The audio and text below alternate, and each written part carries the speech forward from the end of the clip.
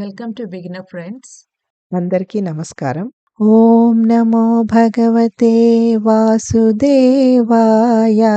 ఓం నమో భగవతే వాసుదేవాయ. భగవద్గీత పారాయణలో ఈరోజు 2వ అధ్యాయము సాంఖ్యయోగము. 61వ శ్లోకం. తాని సర్వాణి సంయమ్య యుక్త ఆసీత మత్పరః వశే హి యస్యేంద్రియాణి తస్య ప్రజ్ఞా ప్రతిష్ఠితా. Meaning of the sloka is, they are established in perfect knowledge who subdue their senses and keep their minds ever absorbed in me. In this verse, the word yukta indicates absorption in devotion, and matpara means towards Lord Krishna. The word asita may be understood figuratively here to mean situated or established.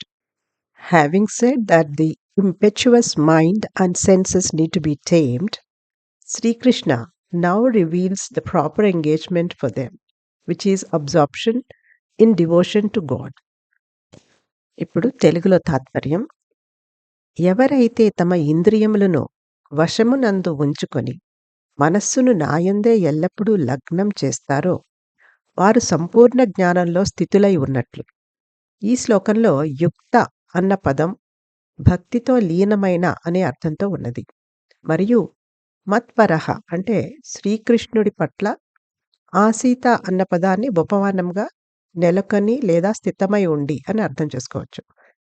చంచలమైన మనస్సు ఇంద్రియములను మచ్చిక చేసుకోవలసిన అవసరం ఉందని చెప్పిన శ్రీకృష్ణుడు ఇప్పుడు వాటిని సరి అయిన పద్ధతిలో ఎలా ఉపయోగించాలో తెలియజేస్తున్నాడు. అదే భగవద్భక్తిలో నిమగ్నమవుట. ఓం నమో భగవతే వాసుదేవాయ.